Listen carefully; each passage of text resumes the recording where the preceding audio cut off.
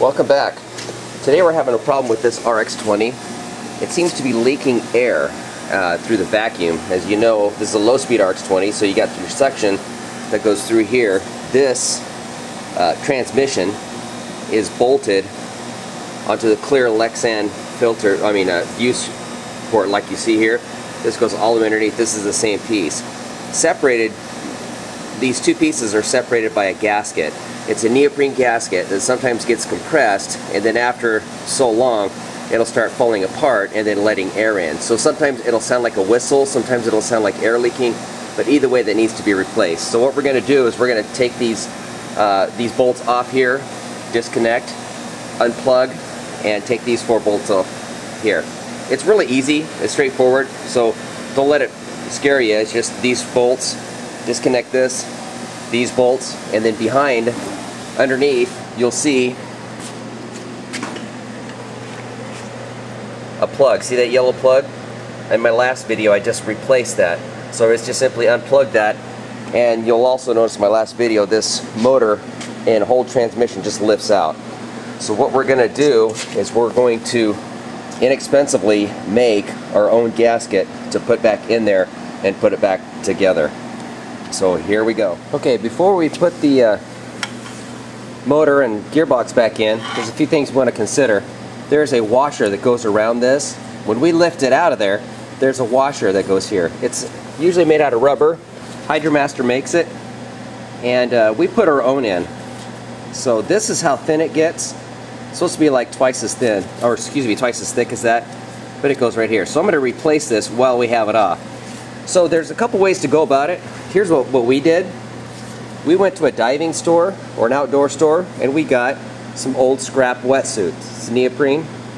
And so we just simply cut our circles, just made a template, and we just simply cut a circle out and place it right there. Use a little contact cement and we glue it in there. So that's what we're going to do right now.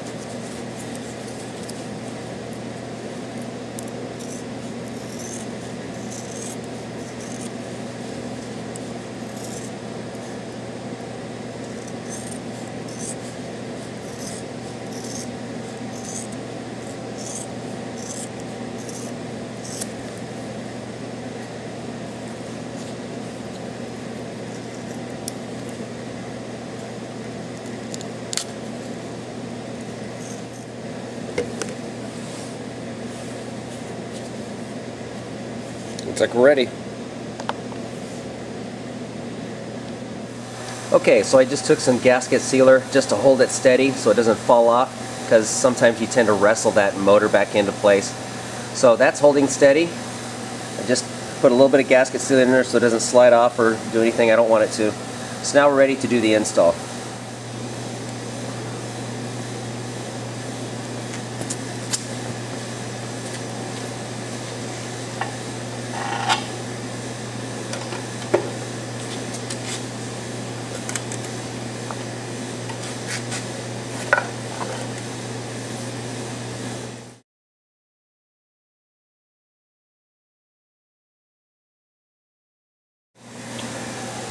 Okay, the motor is in place. So that neoprene gasket that we talked about, it's going to be thicker, so I have to push down on it in order to get these bolts back where they need to be. So I'm going to put my foot on it, on this, to really get the weight down on it, and then I'm going to get the bolts started all the way around, and I'll reconnect this hose here. Okay, the bolt's been replaced. I have to admit, they kind of under-engineered these little bolts here, because they do snap off quite frequently. I've seen this happen on both of these. For the stabilizer bar, one thing I did with my other RX-20s, I actually had a brace welded on here that just simply came up in an A-frame, drill a hole through, and that was the last time I've ever had to replace these. I bought this RX-20 since then, and the next time it comes to rebuilding this, I'll probably have that A-frame welded on too. It's aluminum, so you gotta take it to a welder unless you know what you're doing. So let's put the cover on. Looks like we're ready to go. Okay, let's get the hose hooked up.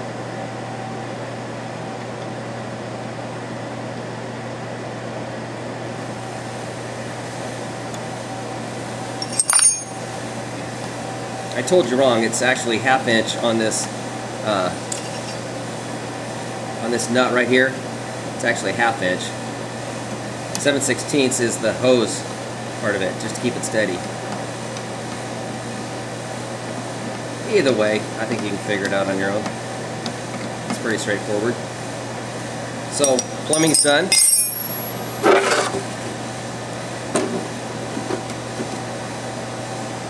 Oh, get the cover on.